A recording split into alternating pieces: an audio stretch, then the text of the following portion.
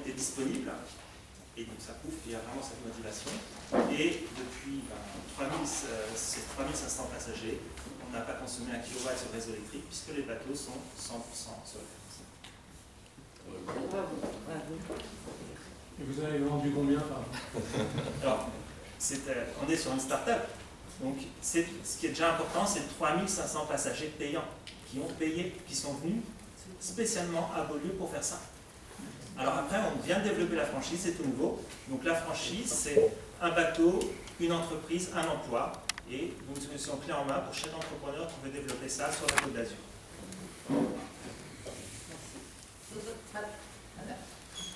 J'ai une question, je suis nageuse, je me mets sur des plages, parfois sur des sallettes, mais pas trop longtemps, parce que je suis un bateau. J'aime donc ça au même titre que beaucoup de monde ici, et je me pose une question d'un point de vue de droit maritime, de circulation, de transport, et d'aspect sanitaire également. Je voudrais savoir ce que vous pouvez nous dire de la réglementation qui consiste à gérer les eaux usées au noir et aux grises des bateaux, sachant qu'il y a d'énormes problèmes qu'on constate avec pas mal de pathologies qui sont relevées chaque année, notamment ici, des fermetures de plages, Antibes, notamment cet été, Saint-Laurent, etc. Donc je voulais savoir si vous pouvez nous en dire un peu plus sur la réglementation et sur l'obligation que les capitaines et les armateurs ont à venir traiter leurs eaux, s'ils le font, si c'est pour des raisons de coûts qui ne viennent pas dans les ports, etc. Et est-ce que les ports sont suffisamment aménagés? D'après ce que j'ai cru entendre, ils ne le sont pas tous. Est-ce que vous pouvez nous éclairer sur cette question-là, sanitaire et légale? Je veux juste dire un point, je ne suis pas un spécialiste technique, mais simplement, quand on parle de pollution marine, 90% de la pollution marine vient de la terre. C'est la terre qui pollue la mer. Ce sont effectivement les fleuves, en rejetant tout un tas de déchets dans la mer. Moi, j'ai commencé ma carrière professionnelle à diriger une coopérative vinicole. Et tant qu'on ne nous a pas obligés à mettre en place une station d'épuration, on a rejeté tous les moules dans la rivière qui était en bas. Et bien entendu, ça se termine à la mer. Donc d'abord, la pollution marine, elle vient de la terre avant de venir de la mer. Quand ce qui concerne la pollution du bateau, par exemple, le transport maritime, c'est le transport le plus écologique du monde. C'est celui qui utilise le moins d'énergie par rapport à la tonne transportée. Si aujourd'hui on a des porte-conteneurs avec 20 000 conteneurs dessus, pour faire le même trajet entre la Chine et l'Europe, il faudrait 20 000 camions les uns derrière les autres. Et vous voyez qu'en termes de consommation énergétique, c'est beaucoup plus. Donc les bateaux polluent moins que ce qu'on croit. Ensuite, aujourd'hui, l'Europe a commencé à mettre en place des règlements sur les zéro déchets. Et nous sommes rentrés déjà intellectuellement dans la réflexion sur le zéro déchet, le zéro projet en mer de quoi que ce soit à partir des navires. Maintenant, il nous faut un certain nombre de transformations technologiques pour qu'on y arrive. On ne met pas comme ça tout de suite des filtres sur les cheminées, on ne sait pas nettoyer toutes les eaux par les peintures anti-fouling sur la terre, etc. Donc, en tout cas, les industriels sont vertueux et vont là-dedans. J'écoutais des exemples ce matin.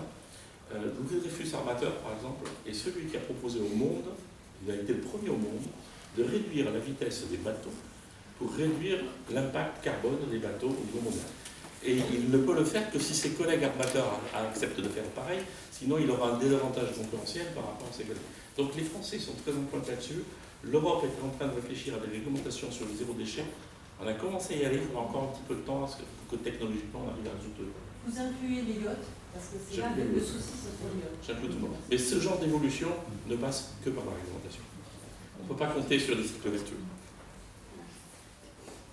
Oui, en ce qui concerne les ports, si je peux me permettre de vous donner un complément de réponse, je n'ai pas les chiffres ici, mais j'ai la documentation absolument exhaustive là-dessus, sur le nombre de ports propres, de ports non ports propres, et des stratégies qui sont mises en place sur la Côte d'Azur pour que l'ensemble des ports qui reçoivent à la fois de la plaisance, qui reçoivent aussi le nautisme, ou éventuellement d'autres types d'accueil, sont en phase de devenir véritablement, pour la plupart, sinon la totalité, des ports propres. Donc si vous voulez bien laisser peut-être à quelqu'un vous coordonner votre mail, je vous ferai passer la documentation numérique là-dessus qui vous explique en 7 ou 8 pages quels sont les ports qui sont aujourd'hui déclarés propres, quels sont ceux qui sont en train de le devenir, comment ils y travaillent, et en fait quelle est aussi la réglementation qui s'y applique. Donc ça, je pense que ça vous donnera une vision.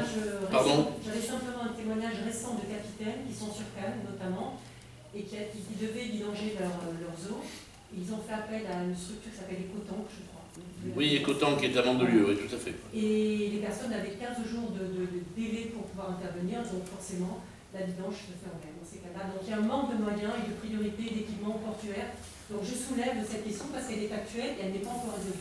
Madame, je ne pourrais pas vous dire le contraire, parce que je pense, d'abord, je ne connais pas ce sujet, excusez-moi, mais entre port propre ou port pas propre, ou ce qui se passe, vous aurez toujours, de toute manière, en mer, des gens de mauvaise aloi et des gens de mauvaise foi qui feront n'importe quoi. Vous voyez, ça arrive.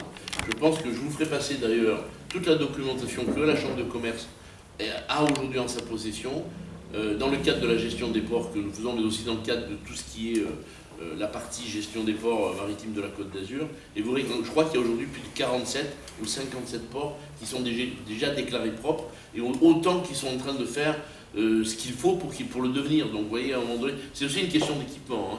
C'est-à-dire, à partir du moment où vous gérez un port, bien entendu, les ports d'avant ne sont plus les ports d'aujourd'hui et les ports de demain. Hein.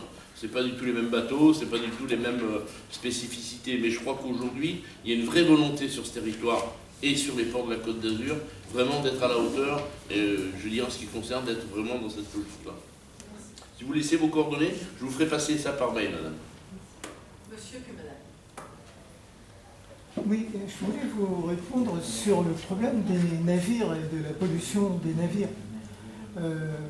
La pollution des navires est avant tout aérienne.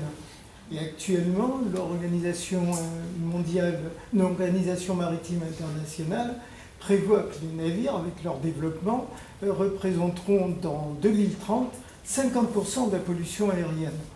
Donc, ça n'est pas anodin, si vous voulez.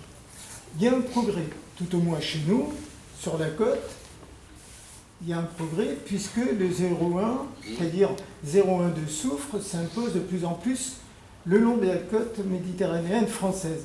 Avec ce bémol, 0,1% de soufre, c'est quand même 100 fois plus polluant que le diesel des véhicules terrestres qui est déjà décrié. Là, c'est un premier point. Le deuxième point, c'est le développement un peu lent quand même.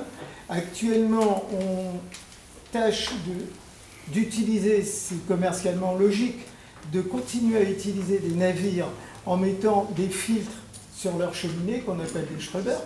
Et 72% des navires qui utilisent ces Schreber renvoient la pollution directement en mer. Donc on transforme une pollution aérienne en pollution maritime sur des mers, en particulier en Méditerranée, sur une mer qui est très fragilisée et des océans qui le sont aussi.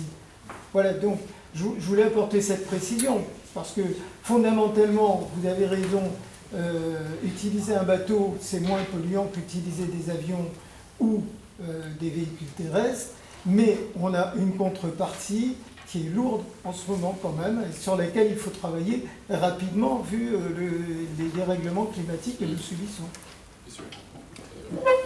Vous avez raison de le soulever, je pense que c'est une vraie préoccupation à la fois des autorités, à la fois des gens qui gèrent les escales et à la fois des compagnies de croisière et des bateaux. Juste une chose, savez-vous combien il y a de camions qui transitent tous les jours entre Vintimille et Mandelieu? Savez-vous combien il y en a? Non. Il y en a 5000, monsieur. Alors, l'empreinte carbone des 5000 camions qui ne font que passer, ils ne font même pas le plein ici. Économiquement parlant, vraiment, c'est 0000000. Je pense que quand vous avez tous les matins la queue entre Nice et Cannes, je le sais, mais je le fais, et que vous avez une pollution qui est liée à ces camions qui sont au cul à cul, où il faut 1h30 pour faire les 30 km, le bateau qui va arriver, je dirais, en escale à Villefranche, à Nice, à Antibes ou à Cannes, bien entendu, il a cette problématique, je dirais, de pollution aérienne, mais que dire de ces 5000 camions? Qui s'en préoccupe? Qui fait quoi? Nada. Alors, moi je veux bien, je vous écoute avec beaucoup d'intérêt, mais je veux dire, à un moment donné, la mer c'est la mer, on part de la mer, on ne parle pas de l'autoroute.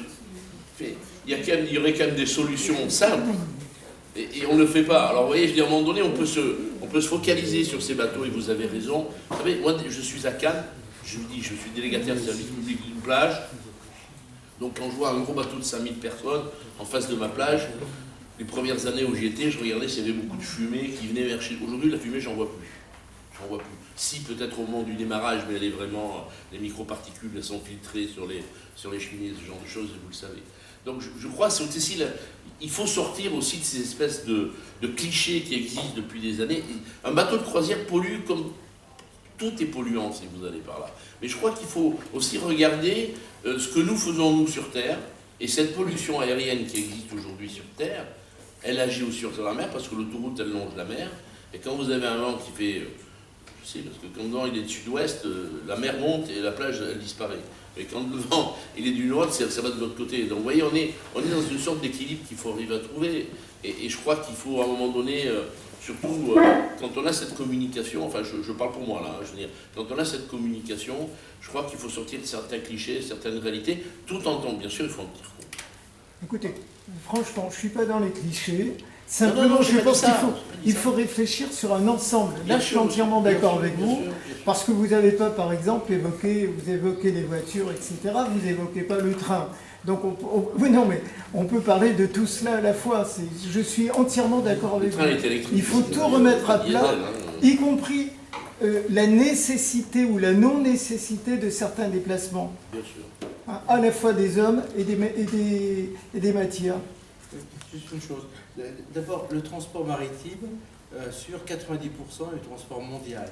Donc il faut relativiser parce qu'effectivement, vous faites le rapport avec le transport aérien, mais le transport aérien transporte beaucoup moins que le transport maritime. Deuxièmement, ce que vous avez dit est exact sur le fuel lourd, même si effectivement il a un taux de souffle maintenant de plus en plus faible. La zone Méditerranée devrait être une zone CK dans quelques temps, donc très bien.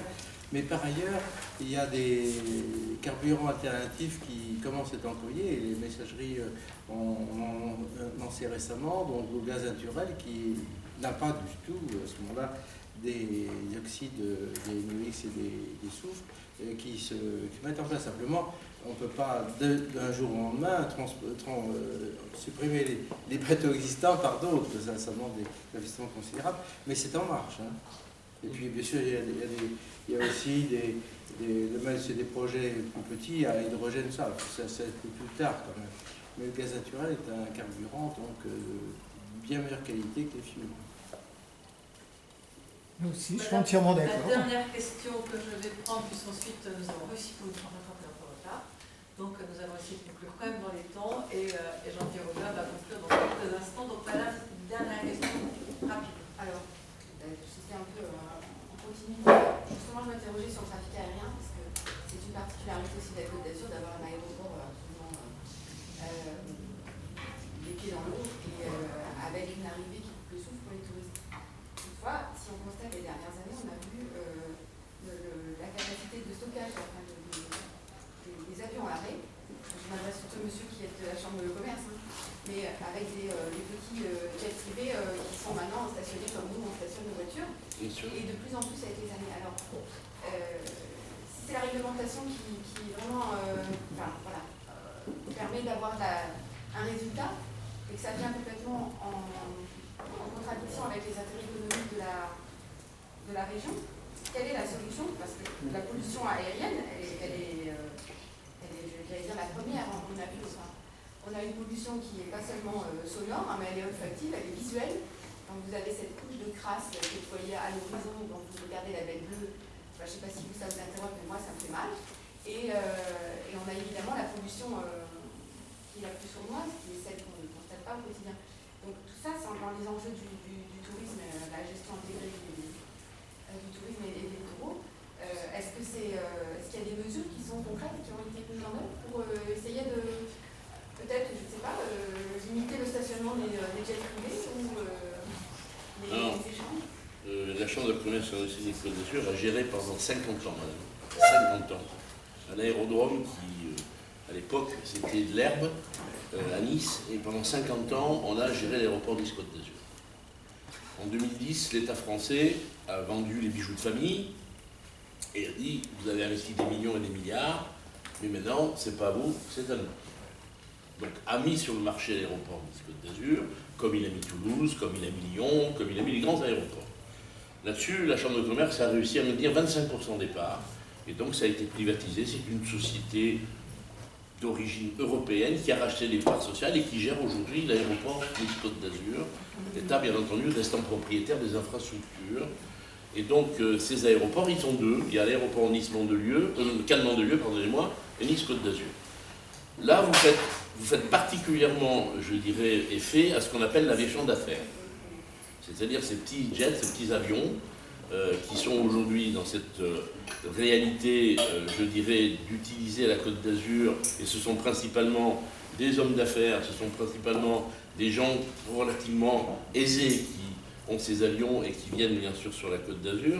Je crois que le poids économique que ces gens-là représentent dans ce qu'ils dépensent sur la Côte d'Azur aujourd'hui vaut bien quelque part un petit peu la pollution qu'ils peuvent amener. Par contre, ces avions aujourd'hui, ils sont de plus en plus contrôlés.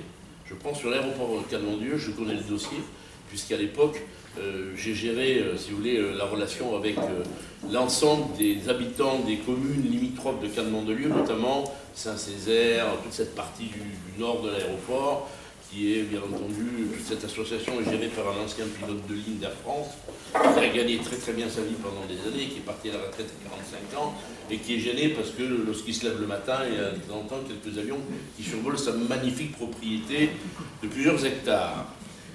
Il a un peu oublié d'où il vient le bonhomme, vous voyez ce que je veux dire. Ceci étant dit, ok, aujourd'hui ces avions, ils sont pénalisés par rapport au bruit et par rapport à la pollution. C'est-à-dire que tous les avions, les anciens avions avec des motorisations de quelques années en arrière, payent 2 fois plus cher, 3 fois plus cher les taxes d'atterrissage. Alors que les avions propres payent 3 à 4 fois moins cher les taxes d'atterrissage.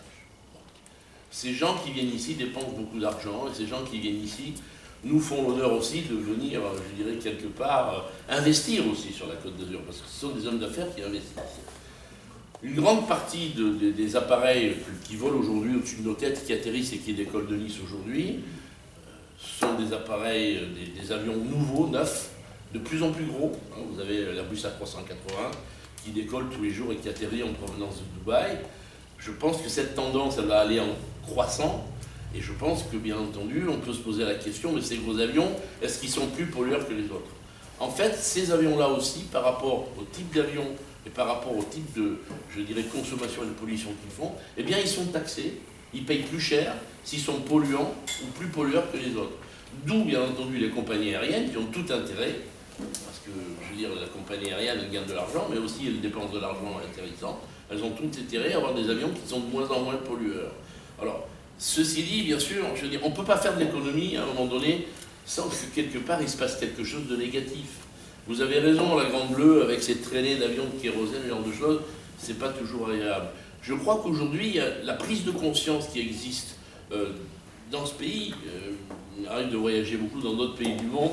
Je peux vous dire que la prise de conscience, elle n'existe pas vraiment. C'est aussi à un moment donné de surtaxer. Alors, tout à l'heure, j'ai entendu quelque chose que j'ai retenu, c'est le pollueur-payeur. C'est aussi à la mode en France de dire pollueur-payeur. En règle générale, les compagnies qui ont des vieux appareils pourris, qui polluent, notamment les compagnies aériennes des pays de l'Est, bien je vous assure que quand ils atterrissent, ils payent 4 ou 5 fois plus cher les taxes d'atterrissage. Donc à un moment donné, ils font le compte. À 3 atterrissages par jour, ou 4 atterrissages par jour, qu'est-ce qu'on fait? On laisse le vieil avion qui atterrit ailleurs, probablement en Italie ou en Espagne, où là, je peux vous assurer qu'on est arrivé à un surtourisme. Regardez ce qui se passe à Venise, quoi. Est-ce que vous savez qu'à Venise, madame, le surtourisme atteint un tel niveau qu'il y a des systèmes de feux rouges et de feux verts pour canaliser le flux des touristes, quoi. On ferme des herses pour les empêcher de passer. Moi, ce qui me préoccupe le plus, c'est de voir arriver ça sur la Côte d'Azur.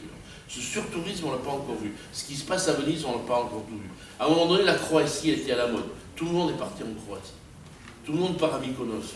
Sauf que quand vous avez des millions de gens qui sont à Mykonos à Ibiza en Croatie, à un moment donné, les routes, on ne peut plus circuler. Il y a des bouchons de 40-50 km. Les systèmes d'assainissement, ils explosent. Ça part de tous les côtés. On n'en est pas loin. Oui, mais on n'est pas encore là. Non, mais Et on fait tout pour que ça arrive pas. Voilà. J'ai répondu sur l'aéroport.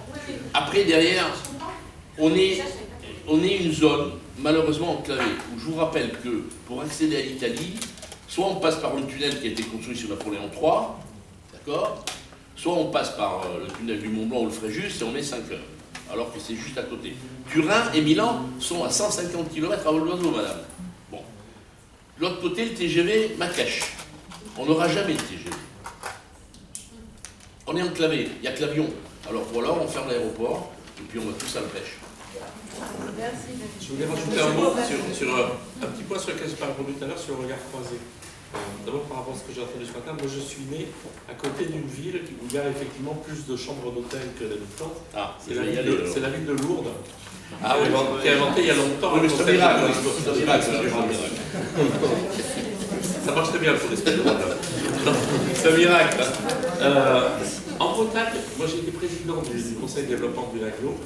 J'ai employé le mot de tourisme. Et en Bretagne, le mot tourisme, c'est un gros mot. Je me suis fait rentrer dedans, je me suis pratiquement insulté. Je me dis qu'il faudrait qu'on développe le tourisme dans cette région. Pourtant, on a une pression très forte. Aujourd'hui, avec le réchauffement climatique, il y a énormément de gens qui viennent en Bretagne. Vous, dans quelques années, ici, vous allez griller. Nous, là-bas, on va développer des plages. On a des palmiers, bien sûr. Il y en a déjà. Et donc, il faut répondre à cette demande. Et la problématique aujourd'hui, elle porte sur un point dont vous avez parlé tout à l'heure, c'est la pression foncière.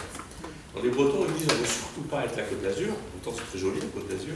En gros, ils ne veulent pas recréer la Grande Motte ou Marina et des Anges. Et nous, le littoral, il est occupé par tout un tas d'envahisseurs affreux. C'est des gens bizarres qu'on appelle des Parisiens, et qui ont des maisons secondaires qui ne sont ouvertes que 15 jours par an. Et c'est ça le problème majeur du littoral, c'est qu'aujourd'hui, on ne peut plus accéder nulle part. Et alors, les sentiers côtiers, à certains endroits, ils sont aussi limités parce que c'est occupé par tout ça. Et la question, c'est, dans certains pays africains, plutôt que de développer le téléphone filaire, ils sont directement passés au téléphone sans fil. Et là, on se dit, comment passer un tourisme intelligent en Bretagne en sautant l'étape de ce fameux tourisme de masse qu'on a inventé dans les années 70-80 en France. Donc, ce que vous êtes en train de dire, comment nous, on transforme notre tourisme, eux ils disent, comment on peut l'éviter pour passer directement à l'étape suivante. Voilà. Donc, il faut qu'on réfléchisse ensemble. Merci beaucoup. Sur cette forte invitation, on peut quand même repenser à un autre tourisme et éviter le tourisme de masse, je crois, la problématique de la plupart des pays aujourd'hui, où qu'ils soient, y compris africains. Je vais proposer à Jean-Yves Couvert de nous faire une synthèse de cette journée et de nous en livrer la substantifique moelle. D'abord, je ne sais pas si je pourrais faire ça. Je voudrais d'abord vous remercier les différents intervenants de ce matin et de cet après-midi d'être venus, d'être intervenus de manière très remarquable. Parce que les échos que j'ai eus, c'est que en fait, ça a été de grande qualité, ce que vous avez pu dire, que ce soit dans les présentations ou dans les réactions. Donc merci. Merci aux participants, parce que vous avez été extrêmement productifs. C'est considérable ce qui a été mis sur ce mur et le travail qui a été fait cet après-midi. Donc merci aux participants. Merci à Fabienne, parce que Fabienne Goubaudiman est une professionnelle de l'animation, de la prospective et de la stimulation des esprits. Et une fois de plus, elle a fait preuve une très grande maîtrise, donc je voudrais la remercier. Merci aussi à ceux qui nous ont aidés depuis plusieurs mois à l'organisation de cette réunion. Et je voudrais remercier Hélène de ce point de vue-là.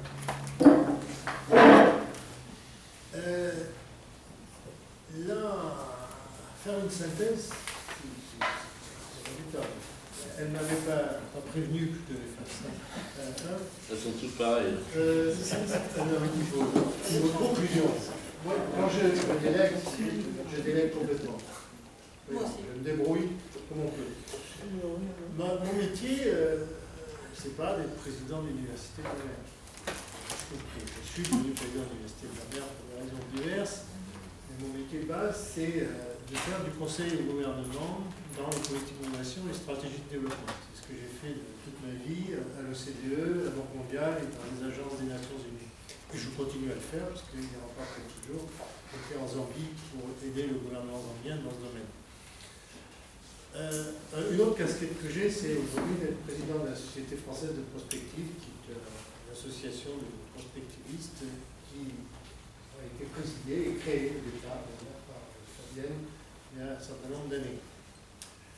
Mais c'est pour vous dire que, ayant été dans l'international pendant de très nombreuses années, j'ai une tendance à regarder les sociétés, même quand c'est une société dans laquelle j'ai grandi, une société française, j'ai grandi à 20 mètres d'ici, j'ai toujours une espèce de recul du fait de l'expérience que j'ai pu avoir. Et comment est-ce qui est en train de se passer?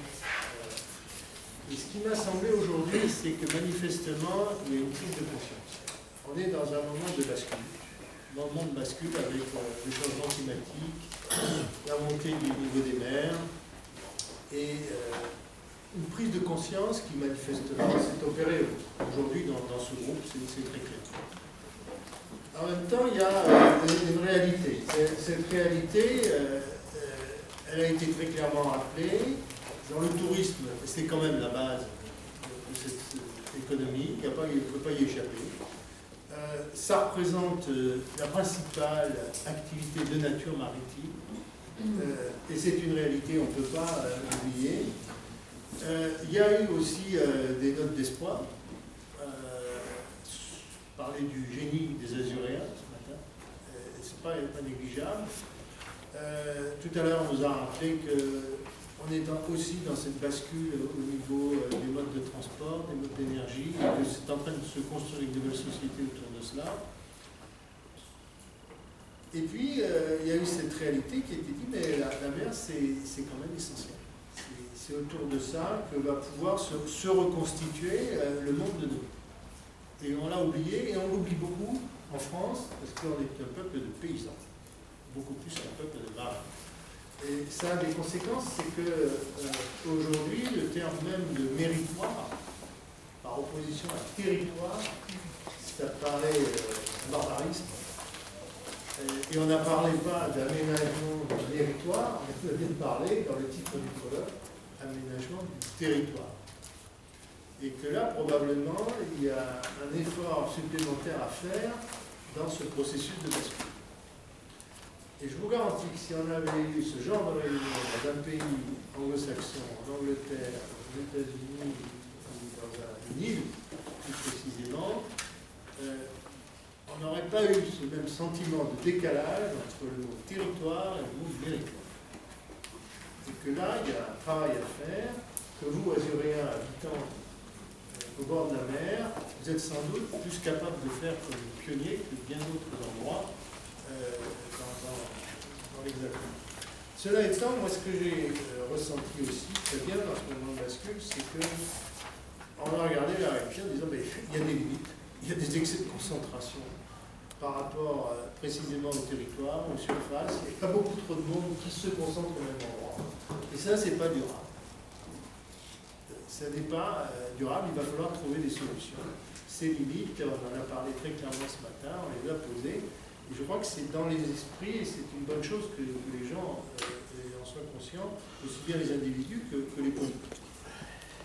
Cela étant, on a quand même entendu, autour de cette notion de gestion intégrée de la mer et du littoral, l'idée qu'on était dans la concertation peut-être, mais aussi dans le conflit, mais peut-être qu'il fallait trouver des solutions vers la complémentarité.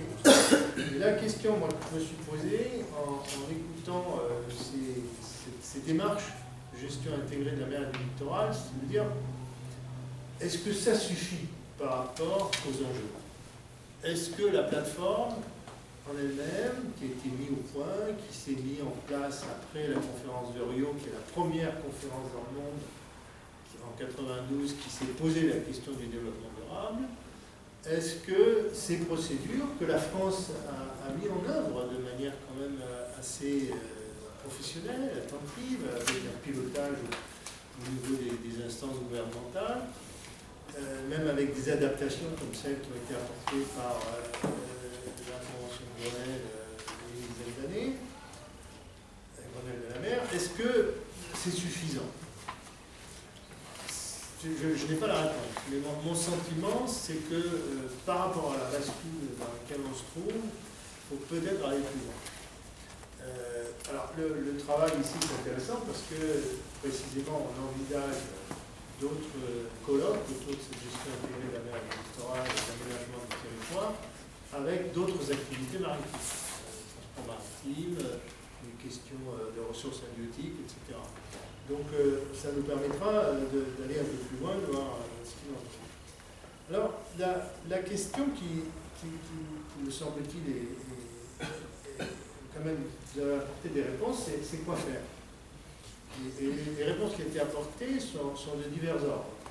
Et il y a d'abord de l'ordre de la pédagogie. Et manifestement, on prend conscience qu'au bout du compte, bien sûr, il y a la pédagogie qu'on fait sur les générations qui existent aujourd'hui et qui, les adultes, mais qu'au bout du compte, ce sont les enfants qui vont véritablement construire le monde de demain et l'habiter. Et c'est pas pour rien qu'on a le phénomène de Greta Thunberg. C'est qu'on se rend compte qu'aujourd'hui, c'est les jeunes générations qui sont les plus sensibles à ce basculement que j'évoquais. Et donc le travail de pédagogie que l'on peut faire, et que certains d'entre vous ici font de manière remarquable, est essentiel. Et vous avez insisté dans les tableaux là, que vous avez proposés beaucoup sur cette dimension-là. Et je pense que ça, c'est important de s'en rappeler. Deuxième chose qui me paraît très, très importante, c'est que il faut connaître la réalité et les faits et les données. Et on a beaucoup insisté comme élément de percussion des esprits et de changement des comportements sur les données, les faits, le besoin de développer des observatoires, de quelque nature qu'ils soient, et les observatoires qui permettent de mesurer l'impact de l'activité humaine et touristique en particulier sur l'environnement, sur les équilibres, sur la biodiversité, etc. Donc c'est ce deuxième axe que vous avez également souligné dans vos propositions me paraît fort important. Le troisième point qui apparaît également dans vos propositions, c'est finalement toutes sortes d'innovations, d'innovations qui peuvent être des innovations de caractère social ou institutionnel, comme par exemple pousser dans l'écotourisme, proposer de nouveaux itinéraires, proposer de nouveaux aménagements, y compris l'utilisation des logements, etc. Mais aussi les innovations technologiques qui sont poussées par le polymère. Et il y a une énumération qui a été faite et qui est quand même assez impressionnante, y compris certaines qui sont déjà mises en œuvre par des acteurs du terrain comme vous-même. Donc c'est le troisième grand pôle, me semble-t-il, des propositions que vous avez faites. Le dernier, c'est les lois et finalement les réglementations, les incitations, les propositions d'accentuer le pollueur-payeur dans le tourisme, etc., qui est effectivement un grand pôle régalien et réglementaire qui peut être pris d'ailleurs au niveau des collectivités locales aussi. Donc je vous dirais, c'est voilà, les quatre grandes démarches, orientations, d'actions qui, me semble-t-il, sont ressorties de vos propositions. On peut aller certainement plus loin ou aller dans le détail, mais je vais synthétiser de cette façon. Ce qui me semble, au total, c'est que, et là, ça m'a frappé dans les réactions de cette table ronde, il y a beaucoup de choses que vous avez proposées qui ont commencé à être mises en œuvre. Les politiques, d'une certaine manière, je entends les politiques au sens large, dans la gestion de leur ville, éventuellement appuyées au niveau des lois passées par le gouvernement, ont déjà fait un certain nombre de démarches que vous avez suggérées. Les choses sont déjà en route. Et en même temps, ce qui est très frappant, et ça c'est une évolution par rapport à la société française qu'on a connue jusqu'à très longtemps, c'est que ce qui ressort ici quand même, c'est beaucoup plus des initiatives qui viennent de la société civile en tant que telle, qui n'attendent pas le gouvernement. On est de moins en moins dans une attitude d'attendre que le sommet, finalement, lance les initiatives, fasse les démarches initiales. On est prêt à se mobiliser et avec les collectivités locales, finalement, d'agir. Puis après, peut-être que le gouvernement réappuiera plus fort. Voilà, moi, ce qui m'a paru important. Ce que je dirais, c'est que de notre côté, ici à l'Université de la Mer, notre travail, c'est précisément d'élargir le territoire du méritoire. Et que d'une certaine façon, il faut que ce qui relève de la question de la mer, dans cette affaire du tourisme et du développement de notre société en bord de mer, nous restituons de manière aussi belle et bonne que possible le travail que vous avez fait. Donc, tout ça a été enregistré, des photos ont été prises de ces panneaux de la Université d'Asbao, Mais donc nous, notre travail va être de restituer cela pour précisément continuer à faire évoluer les esprits dans une perspective qui accélère ce processus de bascule vers lequel il faut que tous nous allions. Et voilà un peu la tâche qui nous attend. Alors, nous avons d'autres événements, je les ai évoqués ce matin. Il se trouve que, c'est d'ailleurs à l'entremise de Fabienne du Liban, le même genre d'exercice va se faire en Guadeloupe début avril. Donc on commence à essaimer dans cette démarche. Et les problématiques qui se poseront en Guadeloupe ne seront pas les mêmes que celles qui sont ici, même si les méthodes dans lesquelles on travaillera là-bas, elles sont un peu à la... Deuxième observation, comme je le disais aussi, on compte faire d'autres colloques autour de cette GIML pour constituer un point de référence et un point d'accumulation pour faire évoluer cette plateforme. Mais il y a également une école d'été qui devrait se développer. On est en train d'essayer de définir ce que pourrait être cette école d'été, mais ça pourrait concerner en fait plusieurs pays autour de la Méditerranée et poser des questions de gouvernance de la Méditerranée à plus long terme. Pour rejoindre la problématique que vous souliez, c'est qu'en fait cette mer n'appartient à personne et que les frontières que nous posent ont quelque chose d'artificiel et d'archaïque. Donc voilà dans quelle direction nous allons. De même, il va y avoir un MOOC qui devrait en principe se diffuser d'ici l'automne, à la fin de l'année. Très bien. Et il y a des conférences mensuelles. La prochaine aura lieu le 13 mars, c'est-à-dire exactement dans un mois. Exactement, ça commencera à 18h. Et ça sera pour vous montrer qu'on est quand même beaucoup là à ce moment-là sur de l'expérience locale, enracinée depuis plus d'une vingtaine d'années, sur les jeunes, les jeunes pour le développement de la mer, pédagogie et engagement. Et le terme engagement est aussi important que le terme pédagogie, parce qu'au bout du compte, vous savez, vous connaissez cette phrase, cette maxime fort importante de maître Zen qui pose la question, une question fondamentale, c'est qui suis-je, d'où je viens, où vais-je? Mais la vraie question, la quatrième, importante, c'est qui fait la vaisselle ce soir?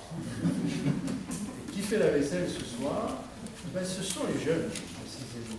Dans notre histoire humaine, ceux qui feront la vaisselle ce soir, c'est-à-dire bientôt, ce sont les jeunes, ce sont nos enfants, nos petits-enfants.